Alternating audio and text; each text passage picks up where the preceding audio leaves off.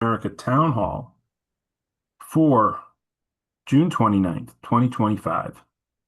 And it almost seems somewhat unfathomable in and we have some images on this week, which is great to see people. But I believe our protocol, and we apologize for this, everybody, is that we keep people's cameras off.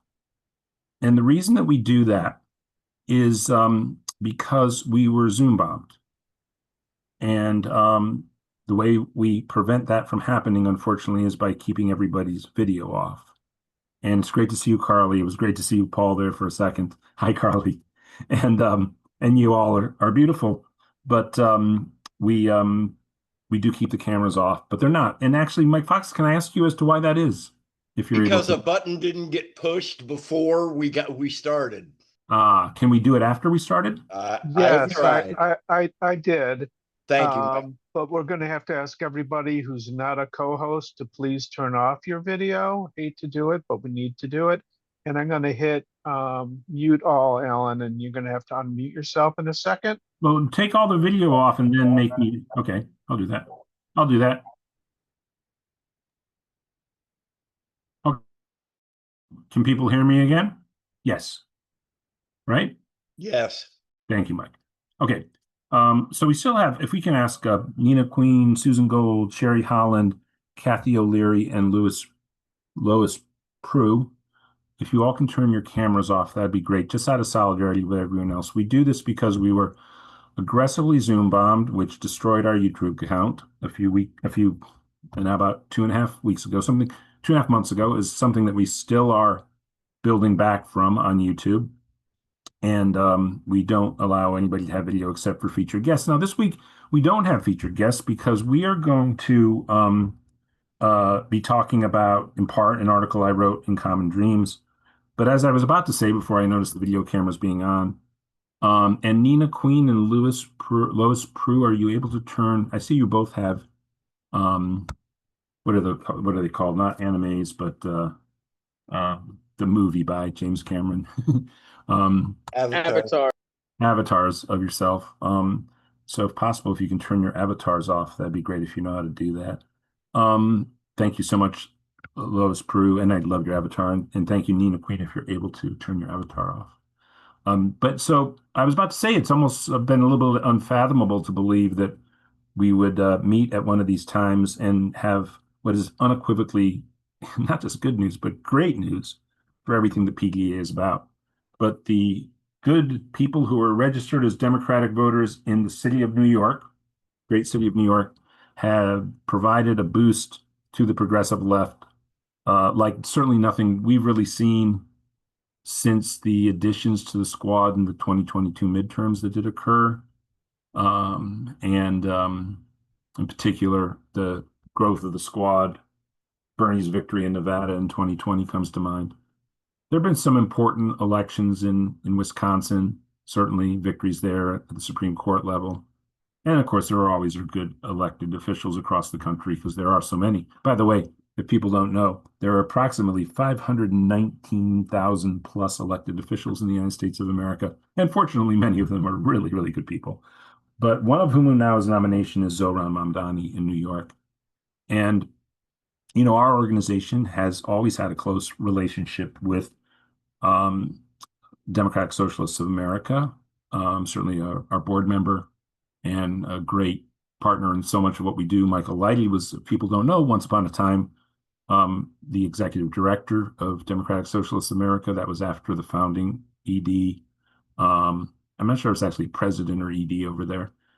Michael Harrington, who was the founding central figure in Democratic Socialists of America, had passed away, and Michael was for a time the head of it. And of course, it was an organization that had a few thousand members, max maybe 20,000 members or something like that across the country. I was a member on and off for years of DSA and always appreciated Harrington's vision. And then an organization called Progressive Democrats of America drafted a Democratic Socialist from Vermont to run for president, and that changed progressive politics in the United States of America. Bernie Sanders' campaign in 2016 produced a whole bunch of beneficial effects across American politics, including inspiring many members of the squad to get into electoral politics, to inspire a young man named Zohran Mamdani to get involved with DSA and in the electoral political wing of DSA. And it inspired tens of thousands of people across the country to join Democratic Socialists of America. And its membership grew to far larger than it had ever been before. For what it's worth, the period before Bernie's run for president in 2016, again, Progressive Democrats of America having drafted Bernie to run and not only to run for president, but to do so as a Democrat. I happen to have been friends with one of the people who was in the small circle of leadership figures, New York based, for then Democratic Socialists of America. And through him and through, in fact, our revolution, hiring one of the other people in that group in the years after Bernie ran, I got to be very close to the group of people who were in leadership at Democratic Socialists of America these last few years. And all I can say is I'm incredibly, incredibly proud of my friends and comrades, as it were, in DSA from that group of people who oversaw the spectacular growth of the organization. And in an article I wrote in Common Dreams that I will actually read, it's very short article that's gotten a lot of traction. That's going to be the jumping off point of an open discussion we're going to have, because I take from Mamdani's victory two central truths that add up to one very clear lesson. And the two central truths is the politics that PDA and DSA share, because their electoral platform and PDA's electoral platform is pretty much a one-to-one match across the board. And it also matches up with Bernie Sanders' platform and the squad members' platform. Even though they're called Democratic Socialists and we brand ourselves either as that or as Social Democrats or as FDR New Deal progressives, the public policies promoted are that the DSA candidate like Zohran Mamdani calls for in the context of New York City, and that DSA calls for when the context is federal policy. It's a complete match. And so this victory is so important. And the truths is that our politics are the politics the American people want right now. Now, people say, of course, there's no cliche in politics that so goes New York City, so goes the country. But the life experiences that people across the country are having as they struggle to make ends meet are similar to the people in New York City across the board in our society. These are the politics that resonate and have made, once again, Bernie Sanders the most popular politician in the country. And so that's one truth that we have to understand and take away from Mamdani's victory. The other is to recognize that the organizational approach of DSA to this election was absolutely exemplary, and that it is a very youth-driven organization in New York City. It's full of inspiration and very, very disciplined commitment. And the key thing there is it's a model that we have to replicate across the country because it overcame big money.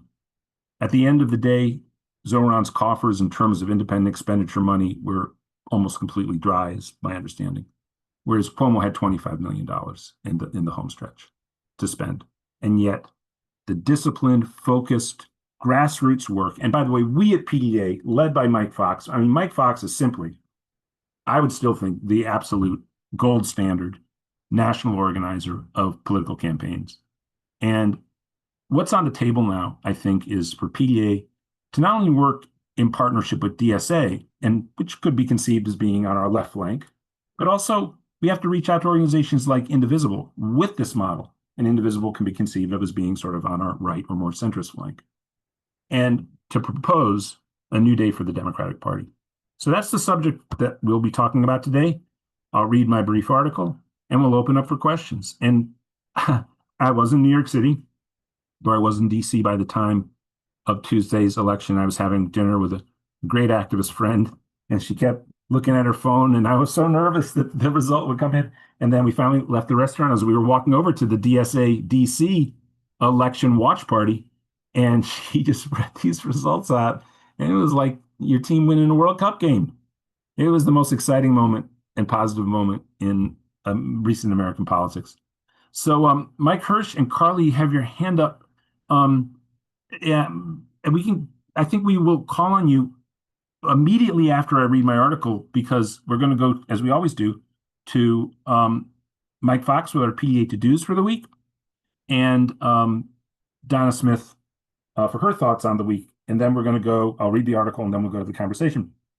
And I do want to say before Mike is introduced that I'm going to read this article from Common Dreams, and I really wish there's a day in the very near future where we can assist however we do it best and officially and be within the law, and upon asking people to support Common Dreams. Common Dreams is such a great partner of ours. But the truth of it is right now, for all of our ambition and all of the ways that PDA is perfectly positioned to make the impact in American politics that needs to be made at this time, which is that the Democratic Party has to accept a new day. And yes, it's a new day that will lead to a massive infusion of youth energy. There's so much discussion about the gerontocracy at the top of American politics and of the Democratic Party. It will produce it, but it'll produce it naturally because it's going to be infused by something that the youth of America has embraced since Bernie Sanders came on the scene, or shall I say, since PDA brought Bernie Sanders onto the center stage of American politics, or enticed him to enter that stage, or occupy that stage, I suppose, a better verb there. And it is the set of policies that young Americans especially recognize can produce for them a really positive life in this this society we live in that is just overloaded with possibility, and that in our current social economic contract are just suffocated. And so PDA, like DSA, our public policies are the policies the country wants, because they speak to the most important issues for household after household over household. At least 80% of households, I'd argue all the way up to 90, really struggle to get by right now in what we have in American society. And that contributes to a general, I shouldn't say malaise because it's worse than malaise, but a sense of the society having gone off the rails. And in a country this rich, with such beautiful diversity and so many brilliantly talented young people who are just dying to have a life of possibility and a life where they can have the kind of individual and societal actualization that they want to see. That appetite is so alive in American society, and you see it in the response to the victory by Zohran Mamdani, that these politics are a politics of vitality and of promise. There are politics, and PDA is perfectly positioned as an organization to play a role of transforming the Democratic Party and turning it into the People's Party, the kind of party that people want across the country, appealing to independents, people now who voted for Trump because they want to see the system get broken. Well, we can have a different system of politics proposed, one that will be embraced by, I believe, the vast majority of American citizens. So, well, the majority of American citizens, I shouldn't be so presumptuous as to say vast majority. So, alas, with that, Mike Fox, I hope people are able to support us so that we can have the resources to do what we are poised to do in American society and American politics here at PDA. Mike Fox, what are our to-dos for this week? All right. Can you hear me? I can. All right. My apologies, gang. A little under the weather today. Maybe not quite as effervescent as I normally am. Some would say over the top enthusiastic. But in any event, our to-dos, as always, gang. Number one, revel in the fact that you're surrounded by people who get it here. Each and every week, 4 o'clock Eastern, 1 o'clock Pacific. We are here to do primarily two things. Number one, build community, show solidarity with each other. Let's remember that when if you're putting comments in the chat, etc. This is a supportive community here. So try to keep the comments positive and respect all who are here. And I'm sure that our community will continue to build here today. And the goal is for everybody here to feel better at the end of this call than when they came to it, okay? Literally for healthcare. Now, number two, take notes, because we got a lot of good information that's coming at you that we're going to have to act upon, okay? And Somebody's unmuted who needs to be muted. In any event, um, with that in mind, action, action, action. Taking notes. We gotta be doing, gang. Okay, so from a time and treasure standpoint, actually, let me back up from time and treasure just for a second. Alan got on a roll there, and so we didn't cover something that we needed to cover. That is, you know what the purpose of this call is. We got a bunch of new people coming in. Alan's basically laid that out here, just for the new folks. Okay, our standard policy here is we keep the chat open so long as it's staying focused. We need to stay focused, okay? So in order to, and if we have a special guest, we will tend to close the chat just to keep everybody focused. But we want to keep that open. We certainly want folks to be heard, and you'll have the opportunity to ask questions, et cetera, et cetera. But let's try to keep the chat moving in a direction that is focused upon what we're talking about, okay? And likewise, during the question period, there will be a timer, a loving alert that because we're going to have a lot of people who are going to want to be heard today. So we just want everybody to be respectful of each other in that regard from a time standpoint. Okay. So time and treasure. Time, number one, phone bank, phone bank, phone bank, phone bank. Did I mention phone bank? Okay. Bottom line, we need a boatload of folks in the game as we're trying to bring Adelita Grijalda over the finish line here in Arizona's 7th district. That's project number one right now. And we gotta bring that home, gang. Just like what we saw in New York City. It's a beautiful thing when the progressive takes charge. And when I'm sure Alan had mentioned, but I'll mention again that people power beats money. It just does, right? We saw it there, but we got to have a lot of people. That's the key there. So we got to make sure that we bring it home for Adelita in Arizona's 7th district. Vote by mail ballots are in people's hands right now. So go to pdamerica.org/volunteer. Sign up for a shift. All we're looking for is an hour, and you can make something happen. And we desperately need you to, well, I shouldn't use the term desperately. Bottom line, it's go time. So during go time, we got to have you in with us, okay? So pdamerica.org/volunteer. If you're a phone banker, toss in the chat why you make calls, okay? And include that link, pdamerica.org/volunteer. Help me bring in some new folks, okay? We have a goal of at least 20 new phone bankers from this call. Let's hit that, all right?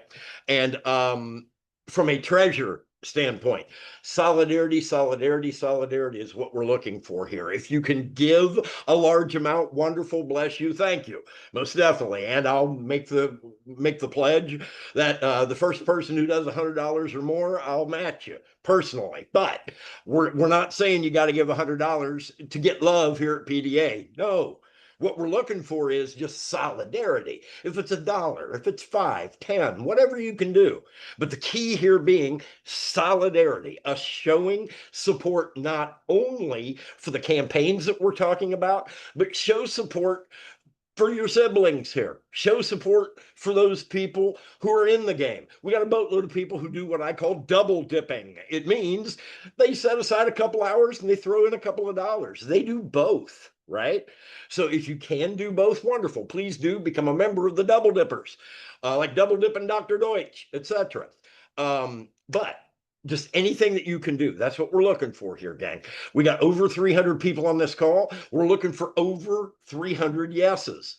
Either get in with us on the phones, get in with us knocking doors, get in with us texting, etc. You'll see all that at the volunteer link. The primary push that we have on this call is always phone banking because we've got folks all over the country, and that's how you can help in Arizona right now, okay? So let's make that happen. Let's get to the goal of 300 yeses across the board. I'll be back at the top of the hour to see where we're at on that, okay? Back to you, Alan.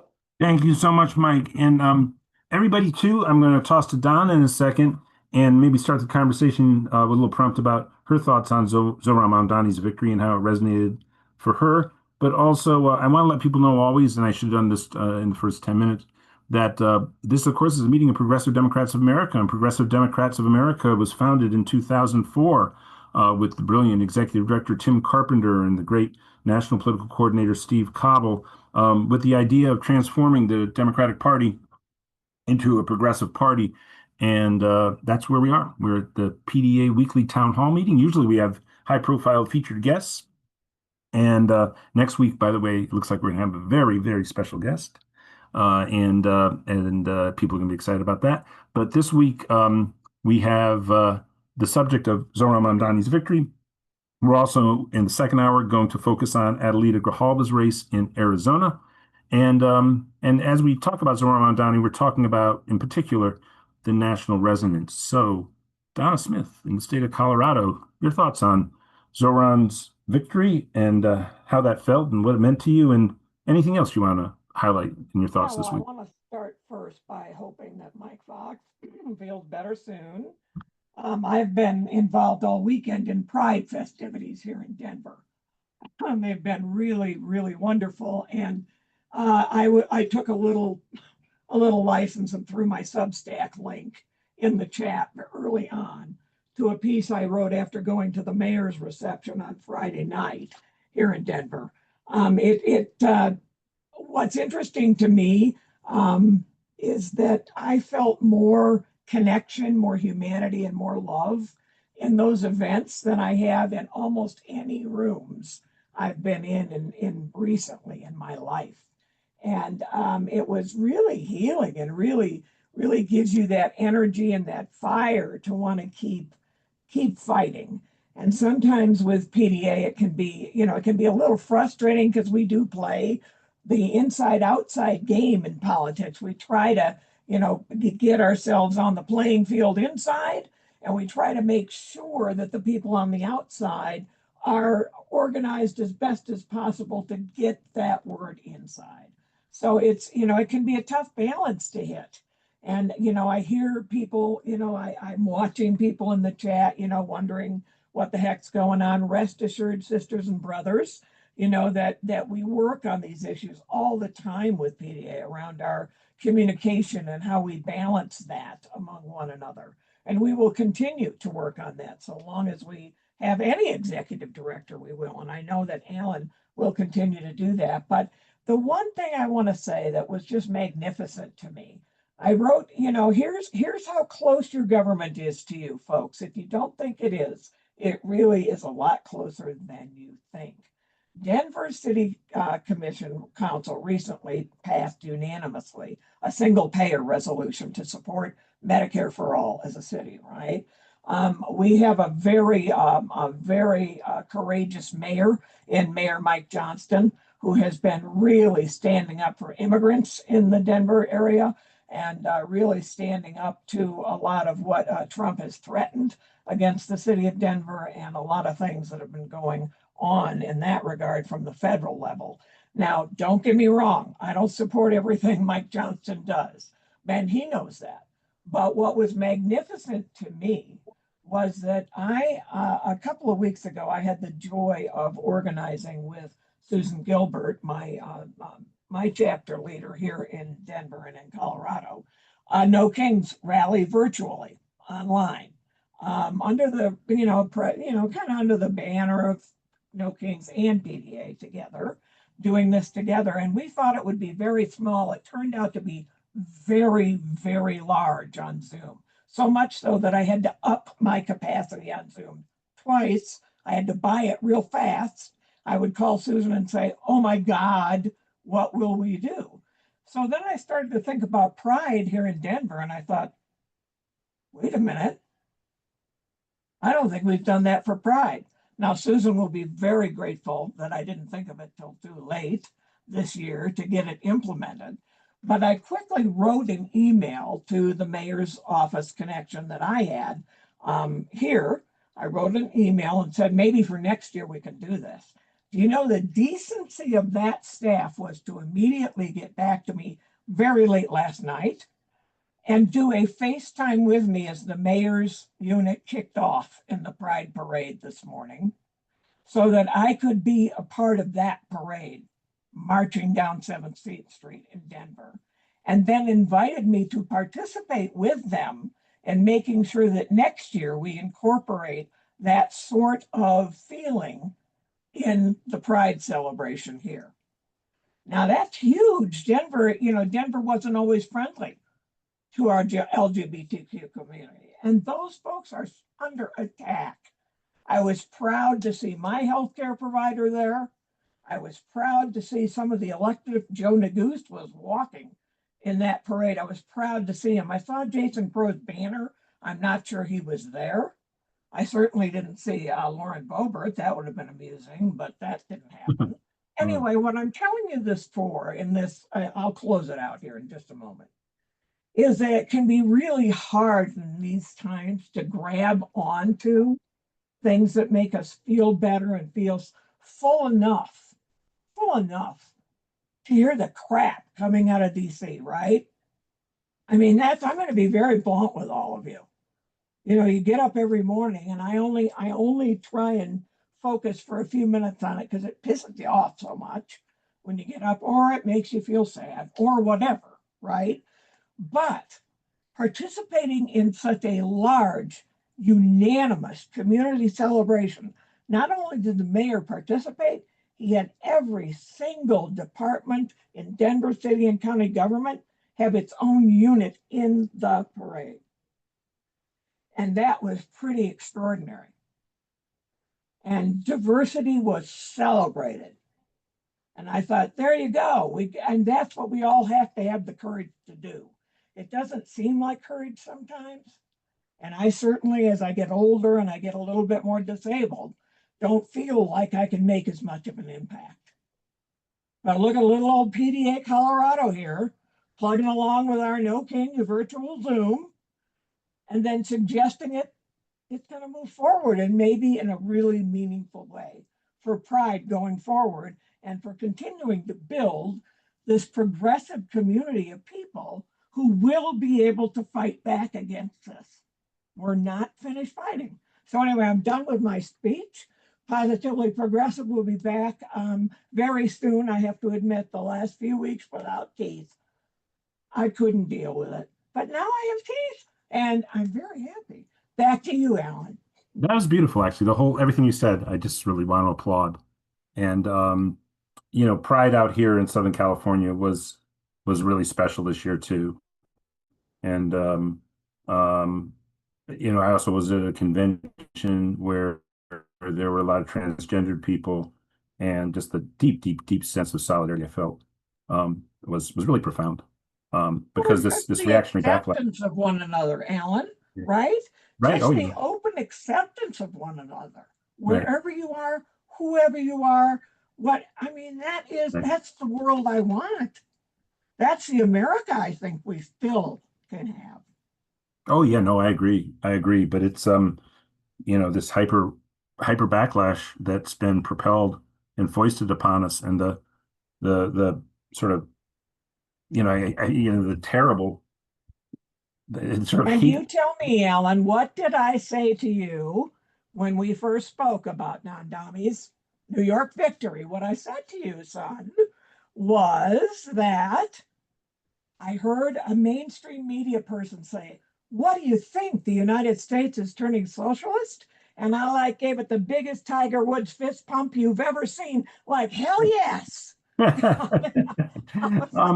I was very proud of New York. I'm very proud of the young people in that race. Oh my God. And this was the other thing I was going to say quickly. We also held a PDA Denver, Colorado event yesterday at an ice cream, a small business owner here in Colorado. Longer story, won't tell it.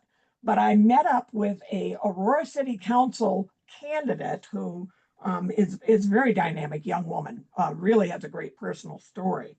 And already her campaign is discussing how they are going to adjust their own campaign due to New York. It's fabulous. It's a fabulous thing. And they do attribute a lot of that to the young people who helped make that happen. So, Alan, I think just fabulous. Thank you. No, thank you. And one of the things too is obviously we were involved at PDA in drafting Bernie Sanders for president. And people wonder about, what a mayor can do in this context, especially with the deep cuts in funding that are coming for cities. And we do have to remember that Bernie Sanders started out as a mayor of Burlington And he was an exceptional mayor of Burlington. I know Burlington, Vermont is not New York City, but there is really a tremendous, great tradition. Milwaukee, Wisconsin, Fiorello LaGuardia in New York City, very, very progressive mayors doing brilliant things for the people in their city. And that city, of course, has a phenomenal tax base, has a huge, massive, many hundreds of thousands of, I think, city workers in New York City. So Well, even little old South Dakota, where I spent some of my journalism career, and it really, really made a difference there, that little time. The reality was George McGovern was from South Dakota. there And you Tom go. Dash, well, okay, don't throw arrows, folks, but Tom Dash is from South Dakota. So in any case, there is we've got work to do, right? We've got a lot of work to do coming up, but what I saw over this last 3 days, oh, did I need that infusion of energy and love and support that was shared by everyone for everyone. There was nobody who seemed too great, too small, too rich, too poor, none of that. It was fun. And I thought, man, that is something we all just got to just breathe in every now and then and go, yeah, this shit in DC is just going to knock us out if we let it. But if we actually just take those moments together to celebrate, and man, it's good to see people in person again. Oh, it's so good to see people in person again in such huge numbers. This feels like a different kind of feeling now, and it's a great time to take advantage of organizing. I think a really great time. So, okay, I'm done. Oh, thank you so much. So, look, somebody in the chat noted that they thought this was too top down a meeting, and of course, I never really want to totally dominate a meeting, but I am going to read the article I wrote, and the reason I'm reading is because I do want feedback from the people who attend our town halls every Sunday, people who are new to our town halls, to give feedback towards PDA's policy in response to the Mamdani victory, which I've been doing a good amount of media about. I should be on the Jacobin Radio podcast for a full hour, actually. That'll be posted, I believe, on Tuesday. And I was just on Jesse Jackson's radio show this morning, got up at 6:30 in the morning for that. And I think this is a hugely important moment because what it has done, and I think this is clear from the media, that this contestation within the Democratic Party, the left progressive forces, as it were, have received a phenomenal boost, and just the exhaustion of the centrist wing, which remains the dominant faction of the party, is exposed. And this is a moment where we really have to sort of take the moment, seize the moment, and be active. So I'm putting in. And all these young Bernie Democrats from 2016 are really at a wonderful age, right? To launch them into all sorts of places. How many elected officials did you say we have, Alan, in this country? Oh, 519,000. Okay. Well, man, Bernie Democrats are, woo! I love that. Well, yes, and I mean, and let's also be honest. And let me read the article because it's in the article. Okay, go for it. Yeah, because it's a short article, and so it was in Common Dreams. I just put it in the chat. Please open up and read along and share it with everybody. It's always good to get Common Dreams article have traction, and yes, it's good for PDA for our articles all have traction. They publish pieces by Donna, by Mike Hirsch. They publish our press releases over there. They're fantastic. So the article was given the title. It wasn't the title I suggested. 2 truths the Dems should take away from Mamdani's win. And then the subtitle that also was chosen by the editors at Common Dream says, Message for the Democratic Party.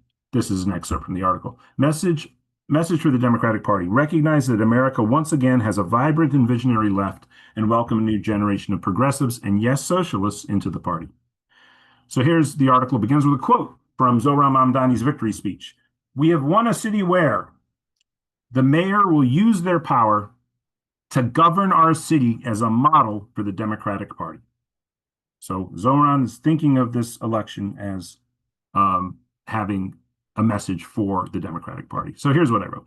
Zohran Mamdani's spectacular victory in Tuesday's Democratic mayoral primary in New York City taught us 2 essential truths about the contemporary American political landscape, 2 truths that add up to one unmistakable message for the Democratic Party. Truth number 1. The Democratic Socialist, Social Democratic, New Deal politics that Bernie Sanders reintroduced to the country in 2016, and which Zohran Mamdani articulated so brilliantly in his campaign, speak to the needs and desires of the American people, and they resonate with voters. Truth number two, the campaign operations of the Democratic Socialists of America, DSA, in New York City, Chicago, Los Angeles, and elsewhere are exemplary and victorious. They are defined by youthful inspiration and disciplined commitment. They represent the polar opposite of the cynical, big money driven campaigns that have done so much to corrupt our democracy. And in an addendum to the meeting, I want to add that every one of PDA's campaign meetings and everything that Mike Fox does in his organizing fits the DSA model as they fit the PDA model. And I encourage everybody to organize their campaigns in coordination with Mike Fox. Back to the article. So truth number one, our politics are hugely popular, economic politics. Truth number two, campaign operations of DSA are exemplary. And they add up to one message for the Democratic Party. Recognize that America once again has a vibrant and visionary left and welcome a new generation of progressives and yes, socialists into the party. Sadly, however, the party's recent record is not promising on this front. The overwhelming experience of the tens of thousands of Bernie Sanders supporters from across the entire country who organized into the Democratic Party after 2016 was that they were rebuffed, made to feel unwelcome. Now in 2025, the stakes are even higher. We need to defeat fascism. And victory by the Democratic Party remains the clearest route to defeat Trumpism and save our open democratic society. And as someone who lives in LA, folks, let me again say, this is real. This fascism is real. Okay, given this fact that it's essential now to have the Democratic Party be the instrument to save us from fascism, given this, we can't simply hope that the Democratic Party establishment will cease to be recalcitrant. We have to organize to open the party up so that it can embrace, number one, policies that address the needs of the country's majority, and number two, embrace the most inspired group of predominantly young political organizers in the country. Now is an excellent time to discuss the formation of a caucus of socialists committed to creating a truly vibrant and democratic Party. And by the way, I love the term, a truly vibrant and democratic Party. As a longtime member of DSA and the executive director of Progressive Democrats of America, the organization that led the successful effort to draft Bernie Sanders to run for president in 2016, I look forward to working together with all progressives and democratic socialists to transform the Democratic Party into the People's Party that the country needs at this perilous and yet also promising moment. And then I have a link to where it says, read PDA's proposal for an outside, inside, outside strategy to transform the Democratic Party, and then read PDA's endorsement of Zohran Mamdani here. So that's the article. And I do want to clarify again for people who've been bringing this up in the chat that they maybe are a little squeamish about the use of the word socialism. Again, Democratic Socialists of America and the degree to which I, as the executive director of PDA, embrace democratic socialist ideas, I see no difference between those ideas and Bernie Sanders' platform. You can call this progressive New Deal FDR politics, and also social democracy. Really, these are all synonyms. And when you say democratic socialist, the Democrat is supposed to signify for everybody who hears the phrase that this is in no way a support for authoritarianism, nothing like the Soviet system, which turned into a panopticon prison society for its population, absolutely antithetical to everything we believe in here at PDA in that regard. But we certainly believe in a much fairer distribution of wealth, and that New Deal FDR-inspired politics are required again to create a fair distribution of wealth and possibility and promise and fulfillment of aspiration in our society, which is no longer possible in the current social economic contract that we have in the United States following 40, 45 years of Reaganist neoliberalism. So Carly, and Mike Hirsch, I'm going to bring you second into the stack because your hand was up, but let's start with Carly, who's been so patient, and let's have a conversation about everybody's feelings about where to go from here following Zohran's victory. Carly, what are your thoughts? I definitely think that this is a sign that younger progressives such as such as Zohran are gaining some ground, and we need to get up. There is an older candidate who's also named Carly out of my home state, and I've been trying to bring this up to you and Mike for a while, but I think you should look into her and possibly endorse her. And I just contacted her through her website to see if she'd like to sit down on a meeting with us next week. She's from Hampton, New Hampshire, and she's basically gunning for Chris Pappas' former spot. So what's going through my head is that, hey, maybe we get her in, we might not only can we block any more MAGA cockroaches, but we can possibly get him around in the movement. And I just feel like that. Her name is Yeah. Carly, albeit spelled differently, and my name is Carly. So I thought, hey, maybe we might get along. Yeah, that's a beautiful. Actually, folks, this is a very interesting case in point. There's an open Senate seat in New Hampshire, right? Because one of the senators are retiring. Carly, that's correct, right? Let's unmute Carly again. Oh, you just went off at the top.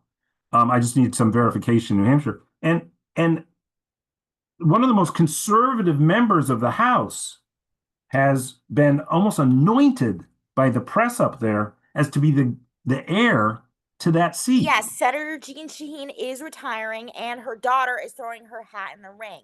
But if it has to come down between, Oh, I thought the current House member from New Hampshire was sort of like seen as the heir. Yeah. Chris Pappas is jumping ship to fill Senator Shaheen's spot, which leaves both her spot and his spot open to an attack, open to getting filled. Which means we got to get Carly Bayront in Pappas's seat and possibly Pappas in Shaheen's seat. I know, but Pappas, who's a nice guy, I met him. He's also down for a good political conversation with a progressive, but I think he has just about the most conservative voting record of any Democratic member in the House. Nothing wrong with being bipartisan, but I see what you mean. Yeah. Oh, well, thank you, Carly. And yes, that's great update on New Hampshire. And yeah, sure, it'd be great to have two Carlys combining their forces in New Hampshire. Let's stay in touch about that. Mike Hirsch and then Francine. Mike Hirsch, do you want to unmute? You had your hand up earlier. All right, thanks, I'll keep my mouth Alan. shut for the rest of the meeting. Oh, you don't have to, Carly. Please don't. We love hearing from you. And Carly raises some very good points. We welcome suggestions of ways that we can support terrific candidates around the country. And the best way to do that is to either join or build a PDA chapter in your congressional district. That's where a lot of this stuff happens. And I'm always a little bit disappointed and surprised when somebody comes in and criticizes PDA as top down, because almost all of our decisions are generated at the grassroots. Almost all of our work is done at the grassroots. So just, in case people wander into the wrong Zoom and don't know what we're about, PDA was founded to bring progressive principles into the Democratic Party using an inside and outside strategy. We have, unlike virtually any other PAC, we are a co-op, largely volunteer driven.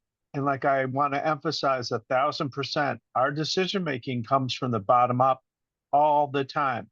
Now, occasionally we'll have a situation where we want to endorse someone and we don't yet have a chapter in that district, in which case we try to do it statewide or if we have to nationally. But we always defer to the grassroots and the local chapters.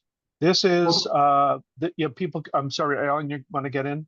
Well, I was going to say, no, we have, since I've been ED, we have never endorsed a candidate unless the constituency, the PDA members inside a constituency pass that, support that candidate at a 60% level. The only variation on that has been when there have been so many candidates in a race, we'll run one poll and then the top two people will be the last two. And so as one person could have a chance at getting 60%. By the way, Zohran Mamdani got over 90% support as we Wow. Yeah. Wow. So I just want to emphasize that. I want to, Carly, thank you so much for making that recommendation. And I encourage everybody else to participate fully. We want to hear from you. We're all smarter and work better when we're all pitching ideas, brainstorming together. And we never discourage input from people who know a lot more about what's going on in their local community. One clarification, PDA is a very progressive organization. We take that very very seriously. And while somebody might be a terrific person and a wonderful leader in a lot of different ways, we have a very rigorous questionnaire, and we insist on things like supporting a Green New Deal and Medicare for all and peace and various other things. And we've done that consistently. We have never watered down our standards or our message. Our endorsement means a lot, and we try to only endorse nationally when we can actually pitch in and make a real contribution. We don't want to just throw our logo up on a website and call it a day. And again, that means that we need to have strength in the locality, in the district where this is all happening, because otherwise, we don't want to be a paper tiger. We don't want to be, vacuous about that. And again, I just want to emphasize to everybody, your thoughts and input are more welcome here than in any other Zoom or any other organization I can think of. We run multiple Zooms every week, not as webinars where you have to sit there and maybe you can get a question asked through chat. We invite and involve you to participate fully, and we love it. But also, I just want to emphasize that besides chatting and giving opinions, that's all wonderful, but it's not going to make a difference unless we make a difference by pitching in on the phone banking. And if you can't afford the time to phone bank, then please pitch in money so we can hire some people at a living wage to make sure we get really strong progressive candidates like Carly suggested. We support someone near here, get them elected. And we're riding a wave now. The wind's at our back. Let's keep it going. Thank you so much. Francine Allen, you're up. Please unmute, Francine. Hi.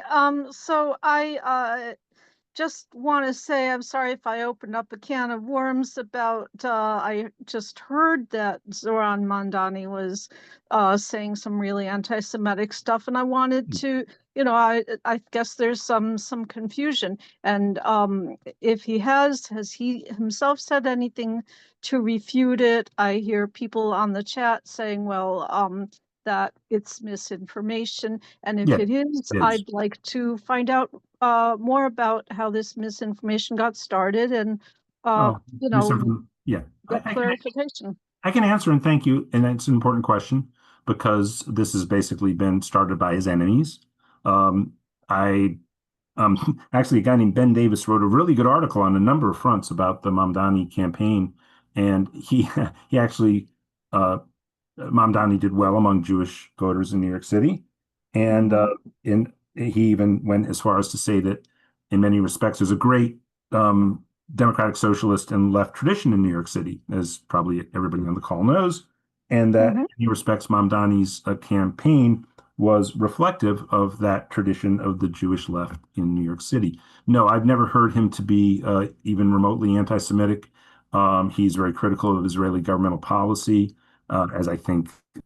So am I. In fact, I think opinion polls right now are overwhelmingly believing that Israeli government policy is way out of bounds at this hour. So, yeah. Well, No, lots I don't of think Jews think so too, but I'd love to have some links to some articles because it'll take me a long time to research it myself. And if anybody knows of any articles or, links to anything that, will help me to get this clarification, that would be really great. Yeah, and I would argue, again, Ben Davis, it's a very simple name. I believe that is correct. Wrote an article in The Guardian that analyzed the data from the precincts. He's a numbers cruncher, but he was the one who went on the little, I thought, very illuminating take that, and I know this because there's a great Jewish left tradition in New York City that I'm very familiar with from my time in New York City. And I do agree that I feel Mamdani's campaign is highly, highly reflective of that tradition and embraces that tradition. And as far as I know, he's not ever made any anti-Semitic comments. So thank you, but yes, please do research, and if anybody can throw in chats that confirm this, please do. Dave Wheelock, you're up next, please. Thank you, Francine. Thank you for your question. Dave Wheelock, you're up next. Yes. Well, please unmute again. Sorry, you got muted by mistake. Okay, good. Thank you, Dave. Yep. I'd like to know where the so-called move to amend movement that fits in with us in the current time. It's something that seems like we had some headwind around the turn of the century, and since then, it seems to have kind of gotten lost in the shuffle. And I'm wondering if if we still recognize the absolute profundity of the topic and what Well, move to amend, of course, just to clarify, was people aren't familiar with it. And the great activist, largely affiliated with the Green Party, David Cobb, was a leader on it. And it was to move to amend, was to amend the Constitution to reverse the Citizens United ruling, in particular, big money out of politics. And I can't speak to the particular and move to amend initiative, organizations that are revolve around, single initiatives like that particular case.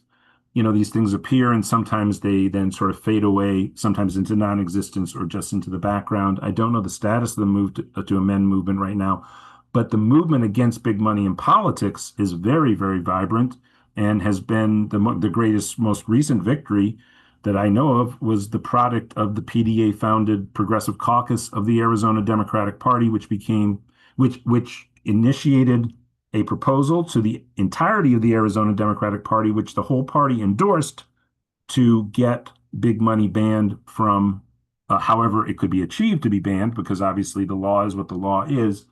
But the Democratic Party of Arizona does have its own internal rules and can make rules related to the operation of big money. So it's been passed by the Arizona party. That was just about 2.5 weeks ago. Of course, we endorse it fully, what they've done in Arizona, as has Senator Sanders. And Senator Sanders, I believe, got 7 other members of the Senate, Democratic members, to sign on in support of the Arizona resolution to get big money out of politics. That subject has been almost always a central focus of AOC's speeches on the Fight Oligarchy tour, the events where she's been on that tour with Bernie Sanders. And so we at PDA are going to be partnering with the people who led in Arizona on that subject, including our own Dan O'Neill and Paul Stapleton Smith and Kai Newkirk, to bring that to every other state and to have the Democratic Party, at least during its primary season, be a party that doesn't allow the operation of super PACs and big money. So, and thank you for bringing the subject up. This is very important, obviously, to the way that we build off of Zohran's victory and transform the Democratic Party, because I believe the base of the Democratic Party and the voters overwhelmingly support PDA's politics, the politics of Bernie Sanders, the politics of Zohran Mamdani, but the success and the maintenance of control of the party by the neoliberal moderates, who I consider political conservatives, but because they're conserving the status quo social contract of our time, which is this wretched neoliberalism, in which all the wealth in the society just flows to the investor class, I think is not popular anymore. It was the Democratic Party capitulated to Reaganism in the Clinton era and adopted it. And of course, big money investors and rich people and wealthy corporations that prosper under the system pour money into the Democratic Party to keep that the prevailing ideology of the party. And I do think the base is with us very clearly. But it's very, very difficult when most elected officials who are Democrats across the country are on balance not progressives, but moderates and neoliberals. And this is probably more pronounced in the U.S. Senate than almost any place in any other body in the country. And it's very difficult to dislodge incumbent senators because the cost is prohibitive and it's separated state by state. It's almost as costly as a primary presidential race to try to dislodge a senator. And where does that money come from when, and where's the motivation to raise that kind of money, even from small individual donations, to take out politicians who don't even, most of the public doesn't even know what their record is at this point. And you can look at a state like Washington, where, you have 2 women who are senators, Cantwell and Murray. It's probably the most progressive state electorate in the country, or it polls that way as much as any state in the country. The Democratic voters in Washington are very progressive, and yet they have 2 neoliberal senators. So, how do we get them dislodged? It's a going to take organizing. It's going to take what DSA did in Washington. It's going to take the spread of enthusiasm of our movement into Washington and across the country. And the other option is to, persuade Murray and Cantwell to have different politics. And that's also worth a try, because I have no animosity towards them as people, of course. I just don't like their voting record in terms of economic social contract policies. Mike, you're up. Mike Caggiano. Yeah. Okay. Yeah, just a station break there. We had a very good meeting. I think Alan and Dan O'Neill were with us at the NWARS working group. We adopted basically a plan to try to finish with this whole Israel genocide concept going on. And we'll be judged by generations following us as to how we did on this. And I think Alan has a copy of it. Dan has a copy of it. I put it in the chat. On first reading, it sounds impractical. I'm not going to bother go through it right now. I'm going to take everybody's time. But if you guys could post it anywhere you can, and I did get it adopted by my Vets for Peace Chapter 69 group, and we sent it up to the national. We'll see how that works out. The amazing thing is out of, I think it's Wyckoff's office, there was something that's amazingly similar to what I wrote.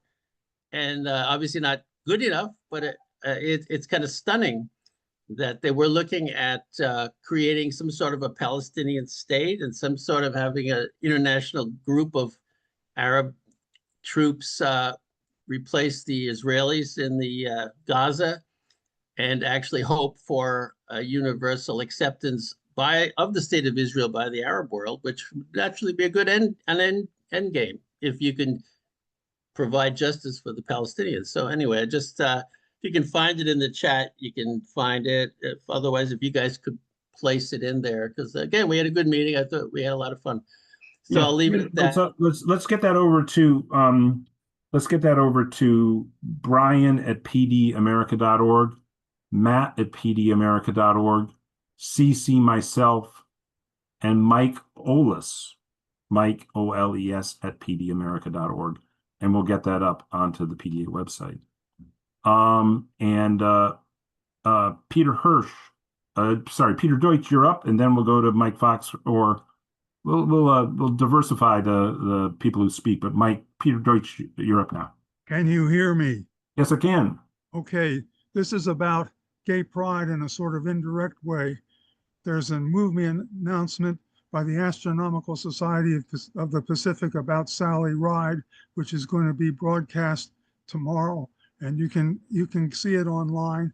Let me just say a few words about it. As a National Geographic, I think I said that. It says, join us June 30 for a special online screening of Sally, a National Geographic documentary film. Sally Ride became the first American woman to blast off into space, but beneath her unflappable composure, she carried a secret revealing the romance and sacrifices of their 27 years together. Sally's life partner, Tam O'Shaughnessy, tells the full story for the first time of this complicated and iconic astronaut. And there's a discussion panel after that. You can register for free. I tried to put the information online. It should be in the chat. Thank you. Thank you so much. Someone in the Q&A just asked about whether the proposal for a Palestinian state is the same as a two-state solution. It sounded that way, but again, I'd have to look at the details of what the proposal is, and I encourage everyone to do that on all issues. Before we go Ooh, Ellen, can I spot? I found some perfect reception here at the stadium. Can I speak real quick, just for a hot second? Yeah. Yes, go for it. In regards to Zohran and just the incredible momentum. Oh yeah, please do. Yeah, absolutely. Hi, y'all. So this is Heart Soul Gray with Young Progressive Democrats of America. You have to excuse me. I am here with the family. We're at Kauffman Stadium. This is not a very good look at Kauffman because I found a nice little zone for me to speak. But I can show you a little bit of Arrowhead Stadium. And yes, the name is very problematic, as is the name of the entire team. But what I will say is that is where the greatest football player in the history of the game resides on Sundays. Alan, I'm taking no interruptions on that. We're just going to agree, and we're going to agree. I wanted to, though, speak to my brothers and sisters at Hey, PDA I about think, how no, you're going to get objection here because you have to mention that you're watching who is almost undoubtedly the greatest baseball player of our time in Shohei Ohtani okay, on the LA okay, Dodgers because they play I don't good want to rules. hijack. I don't want to hijack, but in the spirit of having fun today, because we're having a blast, can I just real quick? Yeah. Okay, I think he's going to show us the field, everybody. And we've lost his audio for a second, so this is me. No. I don't want to make sure that nobody was saying any bad words. Oh, okay. There we Speaking go. of the Good best point. player Good point. Got to protect us from our of all YouTube station being. Yeah, there we go. he's time Shoto is at the bats. Wow. Anyway, friends, my point is that I am so encouraged. I don't know how you all are feeling, but I think that seeing Zohran's election, and not even just Zohran as a person who I think has been incredible, but also just in the coalition, the coalition of people that Zohran and his team have been able to put together, the multiracial, multi-generational, and I think that's super important because what we're going to hear a lot, we've already heard a lot, is how there's this new wave of young progressives, which is very true. And I hope to myself be considered a young progressive who has some ideas for the world. But I don't want our group or any group to lose fact that we're taking hold of our history that we got from generations that came before us. Like, I feel like I don't want that. There is no Zohran Mamdani if there are not folks like on this call on PDA, who have been doing this for generations and decades. So the last thing I will leave you all with is, and young folks say it, organizers say it, we say it on this call, a better world is possible. And I think that we should also, let's take that to the nth degree. A better world is possible, but I think we should ask ourselves, and I think we could ask our friends this, young folks, older folks, whoever, not only is a better world possible, but what does that better world look like? And I mean, what does it? Write it down. Like, when you step outside in this better world, what's the air feel like? Can you get from point A to point B? Can you get to work? Are your kids able to go to school and have lunch? And do they have pre-K? Like, when we say that better world is possible, I think it's time for us to start naming that.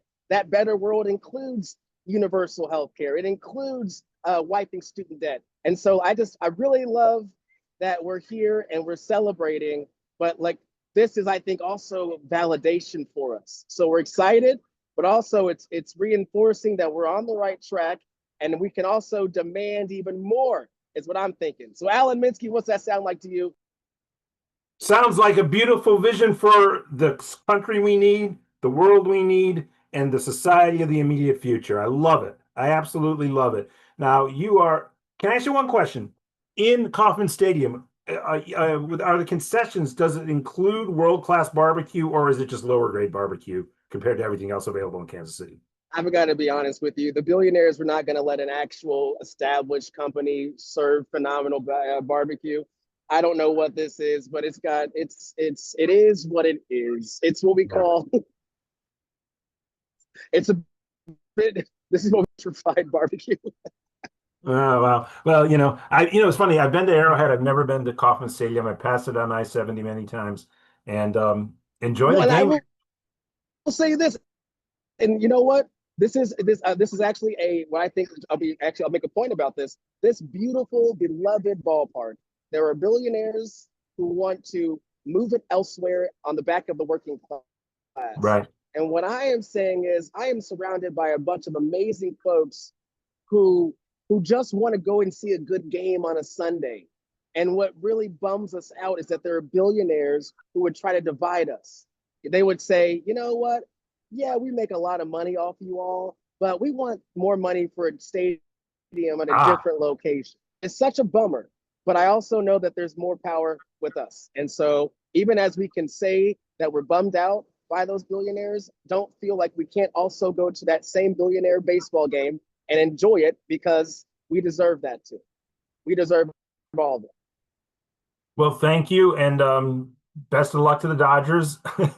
And actually, I'm not a Dodger fan. I'm a Cardinal fan. And thank you so much, Hartzell. And we're going to be hearing more from Hartzell next week. And back to you, Mike Fox. Up next is going to be Melissa, then Celso, Garcia, and then Chuck. And Mike Fox, we need our PDA to do updates at the top of the hour. And then we'll return to the question of how we organize in the wake of the great victory in New York City. Cool.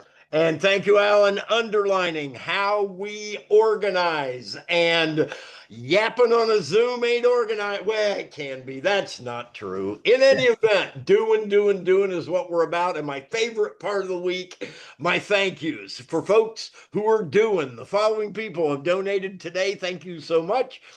They are Joanne and Phonebanker Michael double dipping, and Bill and Phonebanker William double dipping, and Phonebanker Betsy double dipping, and Catherine and Arby, Phonebanker Rick double dipping, and Patricia, Marie, Linda, Phonebanker Mary Ellen double dipping, Bill, Patricia, Paul, as always, double dipping Dr. Deutsch in the house, and Mary and Debbie and Michelle and double dipping Mary in Colorado, our phone banker, and Jason, who's always here. Thank you, Jason. And Nadine and Valerie and Peter. I know Peter's a door knocking machine out there. We'll call him a double dipper as well. And Neil and C. Arthur and double dipping Dr. Sonneborn and Michael and double dipping Aaron and double dipping Michael out there in Colorado. Thank you all. And if I missed anybody, type in the chat. I'll quickly, let me see if I can pull this off in less than 30 seconds. Hit that clock. All right. Here we go. Boom. Yeah. Let's quickly, the following folks have signed up for volunteership. Thank you, Mary and Erica. And Dr. Deutsch, there he is. And Michael, there he is, of course. And Mary M. Been a while, Mary M. Good to see you. And Francine, thank you. And Dr. Sonnenborn, always. And Newland is in the game. He's in the game every week. Thank you, brother. And Melissa, who's in multiple times per week. And Mona, a newbie. Thank you, Mona. And Carol, K-A-R-Y-O. That's interesting. Thank you, Carol, newbie. Good to see you. And Mary Ellen, always in the game with us. Oh, Melissa twice. Bless you, Melissa. And Nina. Boom. All right. I'm wrapped. During family time, we will drill down on this a little bit more and get those numbers up, gang. Remember, I said our goal is solidarity, 100% solidarity. If you added up all those yeses right there, you can do the math. We're nowhere close to 300. So let's make this happen, gang. Back to you, Alan. Thank you so much. So what we're going to do right now is we're going to go to Melissa Richardson, then Celso, hope I'm pronouncing your first name correctly, then Chuck. Then we're going to have an update on Arizona, where we are in the home stretch of a super important race to fill the seat open due to the death of our beloved partner in Congress, Raul Grijalva. Melissa Richardson, please unmute. Hello, thank you for having me. Two things I want to say real quick, as I know there's a timer. Socialism is not something to be afraid of. Socialism is just a political social contract adopted by a group of people. There can be socialism for the rich or socialism for the poor. It's about the power of the group. It is not necessarily a totalitarianist thing like Trump is doing. Secondly, I volunteer because, hey, it's better than doing nothing. And thirdly, I'm sorry, but you can still love the Jewish people and not be a Zionist and not be considered anti-Semitic. Congratulations to Mamdani. Thank you so much. Beautifully stated. I want to commend your final thought and what you added, because as a Jew, I feel exactly that way myself. Celso Garcia, you're up. Please unmute. Hello. How's everyone doing? So basically, I'm in New York City. I'm in Queens, New York, and I'm very proud of Zohran. I'm a DSA member, Working Families Party member, and an AOC constituent. And my concern is the biggest concern, which is Bill Ackman has said that he's going to give whoever challenges Zohran unlimited funds. He has He met with hedge fund managers on Friday, and they pledged more than $100 million. They said unlimited funds, 300 million, 400 million, whatever it takes to knock Zoran off the ballot in November. So what is going to be done to help him and to make sure that they don't do anything dirty, or they also giving the incumbent mayor, which made a deal with Donald Trump, they're giving him unlimited news coverage on Fox News. He's pretty much on Fox News daily, uh, with at no cost. So what is going to be done about that? Thank you. Well, Celso, thank you so much for speaking. And we will do everything we can at PDA to support Zoran's campaign. And also, I did have a fantastic meeting with a former congressional candidate who came very close to winning a seat a few years ago, a progressive candidate. And she recognizes the dangers that you exactly focused on. And we are going to try to help coordinate an outside ad hoc operation that will be responsive and so that Zoran can do what he does so brilliantly as a candidate. And for people, by the way, who didn't see the social media postings by Zohran Mamdani or his debate performances or interviews with him, he is an exceptionally charismatic politician.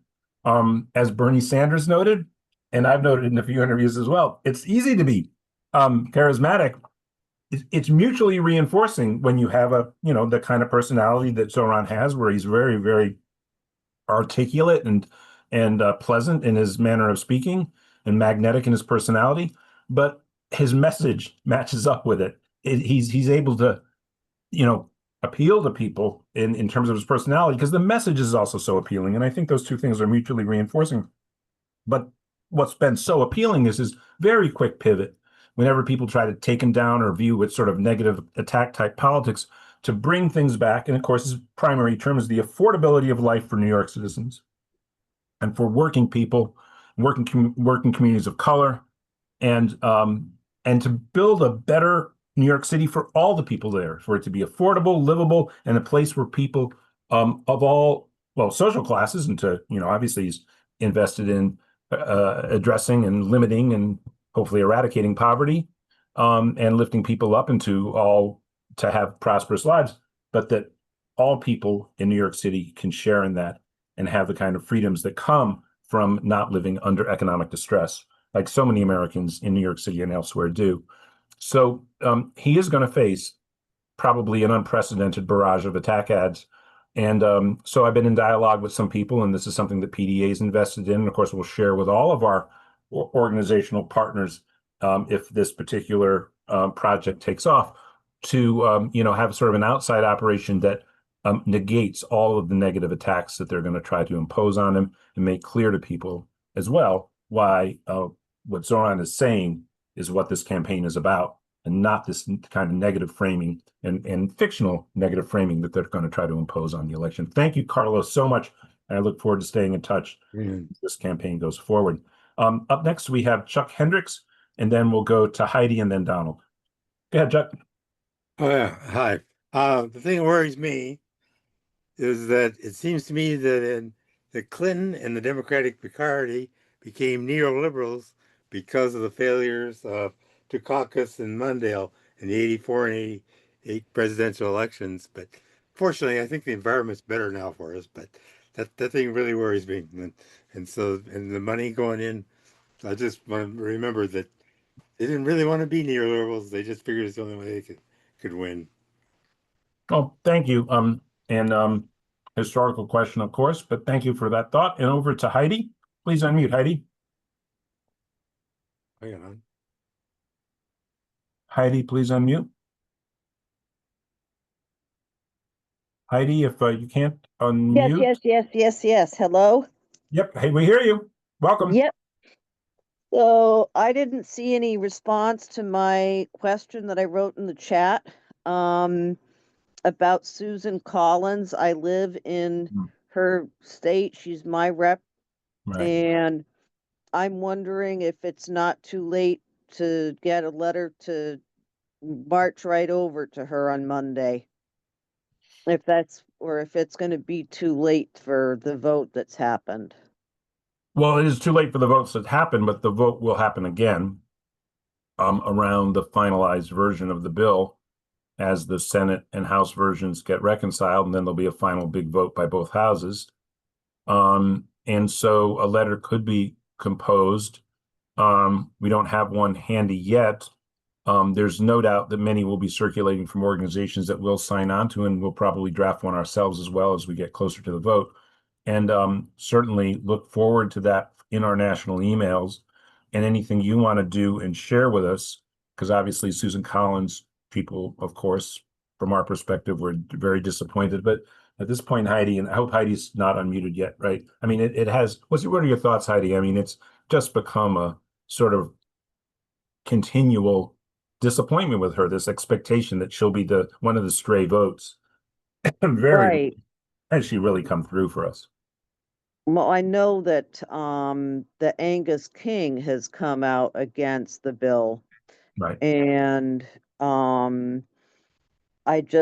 I feel like I'd rather do something to let her know that I, as a Democrat who have been there to support a lot of the things that she's done, like the no, don't ask, don't tell, and she held a roundtable discussion about climate change, which I was really interested in. And she was, did some stuff for solar cookers in Africa instead of having, stuff cooking. Anyway, I've over my minute, but I'm just really concerned about, what I can do in this position and where I can get good talking points and how can I work with you on this? Uh-oh, you're muted now, Alan. Yeah, right now I think it might be best if Mike Hirsch, are you able to maybe contact Heidi and be in touch with her? I am actually in the PDA has three different organizations that three different umbrella organizations they work with, and I'm actually involved and tied up in a fundraising effort with one of them over the next few days, and that's going to take up so much of my time. But Yeah, the Alan, I can, but we also have a quick, easy action alert people can use, and I just dropped that into the chat.